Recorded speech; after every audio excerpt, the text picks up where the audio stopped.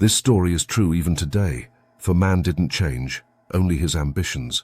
It all started when the following words were uttered. "Build me a building so high I can speak with the gods," said the King of Kings to his supreme engineer, for the king felt he had no equals. He was the greatest ruler on earth, and his lips could bring life or death to any of his subjects. He was the strongest and the wisest of them all. All his subjects agree on that. Now, earth had no place for a man like him, for he was akin to the gods, and only height prevented him from communicating. So he ordered his engineer to build a high building like nothing before. The engineer nodded and said, "As you command." Then he hurried to his study room to despair, for the king had asked for a miracle. The engineer knew that this hadn't been done before, and unlike the king, he knew his limitations. The choice is straightforward when asked to bring a plan or depart from this life. He sat on his disk, ignoring the sun going up and down from his windows, for in those papyrus lies his life force, or maybe his legacy. What if this building could be built? His name would enter the annals of history. After weeks of planning, he presented the blueprint to the king, a tower like never before, a tower that would rise above the clouds and disturb the serenity of the gods. The king ordered every brick and nail available in the kingdom to be brought forward, for this tower was the highest priority. The needs are monstrous, and the manpower needed was unheard of before. Wealth wasn't a problem, for the king had a lot to spare. The kingdom's development stood still, and then it stagnated. A project of such massive size drained resources and manpower needed for other vital needs. The king didn't care, he wanted his tower. His advisors were kept awake night after night to keep the country running in parallel. It took all their wisdom and smarts to keep it floating, but it did. The tower's height has surpassed even the highest of the minarets and kept going up. The king watched in glee, even as his advisors whispered in worry that maybe, just maybe, they could slow the project enough for the country to breathe. The king refused. He wanted his tower and nothing else mattered.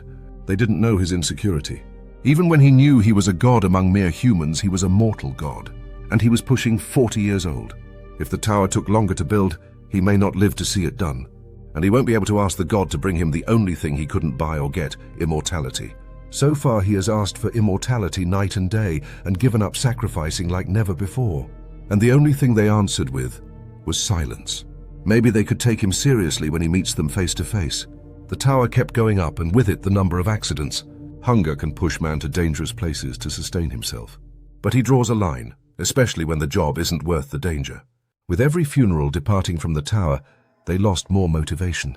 Besides, the work was becoming increasingly difficult, and the hands ready to raise blocks to such heights dwindled. The engineer raised wages to keep the workers coming in the morning, but there is a line too. The project is expensive already, and with every raise the expenses increase. Not even the king could afford it. Eventually the tower's height reached a standstill since workers refused to brave the heights, and even the sincerest punishment and generous raise couldn't sway them. Forcing them with the swords wasn't efficient, for it degraded their enthusiasm even more, and the one who carried the swords was afraid to go up. The king lashed and punished his advisors, until one advisor recommended bringing enslaved people. But that was even more dangerous. What if the enslaved people used the tower to start a rebellion? The lashes and the swords that force them won't be enough when they realize it's either rebellion or their lives. A rebellion was the last thing the king needed, for the kingdom was nearly on the brink of one. Another advisor had a great idea. What if we brought in foreign builders? Some people would jump at any chance of working outside the fields and are not as spoiled as our citizens.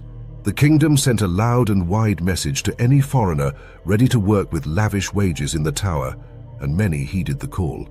Even when it was apparent how dangerous it was, some people lived in the worst conditions.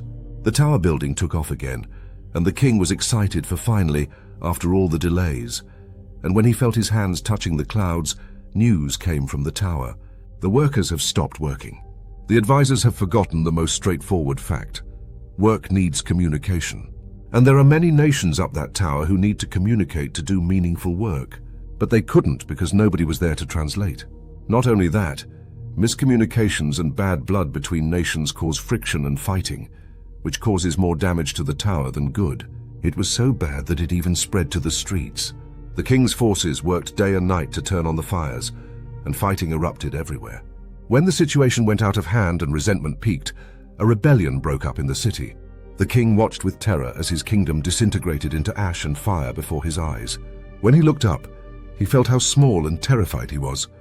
for the gods were mocking him right now. What do you think? Please share it in the comment section below and subscribe for more. Yours the Counselor, SFTG.